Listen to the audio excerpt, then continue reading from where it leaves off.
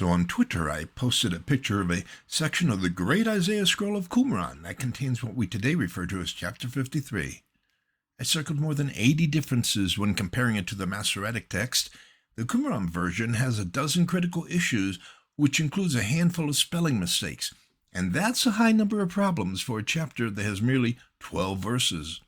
Of course, there were those who were disputing my tweet that the Qumran scroll contains errors.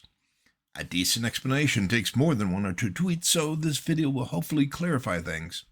To begin with, the Great Isaiah Scroll is an amazing find for many different disciplines. Looking at it, even without understanding the ancient script, one can appreciate its beauty, its significance.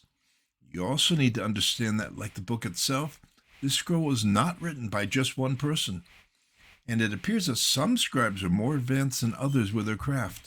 For example, the one who wrote what we call Chapter 53 appears to have lacked many of the necessary scribal skills.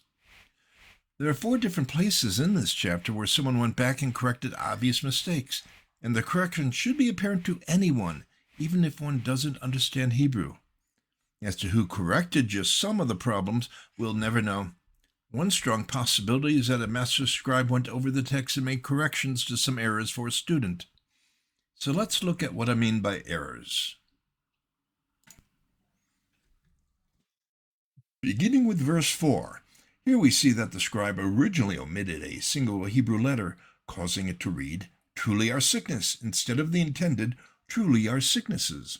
How do we know it was a mistake?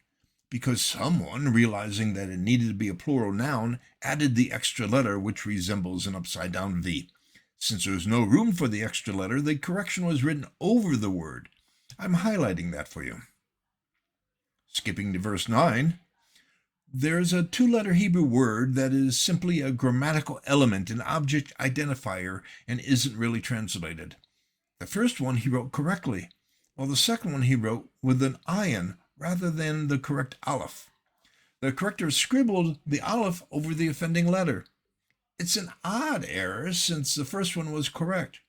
It's interesting because many beginning Hebrew writers also incorrectly switch these 2 letters. I'm highlighting a patch of blank that also has a problem. The scribe had originally written wealthy ones in the plural form, and then the 2 letters at the end were scraped away to make it agree with the traditional singular form which we use today.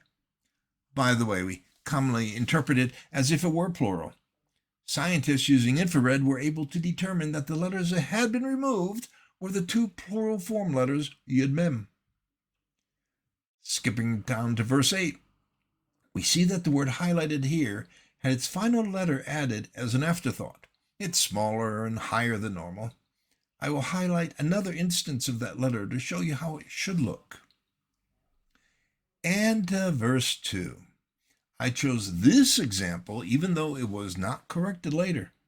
Here the scribe transposed the 2 middle letters, changing the noun from to'ar, which is typically translated as the word form, to a nonsensical verb ta'or, which could mean to curse if it included the proper verb connectors, the 2-letter indicator that I mentioned when speaking about verse 9, but the indicator is missing and doesn't indicate what not to curse, so it's obviously a misspelling. There are several other instances where the word varies with the traditional text, which is not changing the meaning of the text, such as in verse 1, where the Hebrew phrase el mi, which translates as to whom, was used by the scribe rather than the traditional al mi, or unto whom. It may or may not be a valid variation. It could also be another instance of an aleph and ayin swap. Also, verse 3 has the expression, and he was caused to hide his face from us, instead of, and he hid his face from us, which is in the Masoretic text. Again, we cannot be certain if these are known variations or errors. In any case, they do little to change the meaning. Finally, there are some places like verse 2 where the scribe made changes that are in contrast to many ideological views, and they could be valid. For example, changing singular expressions into plural ones.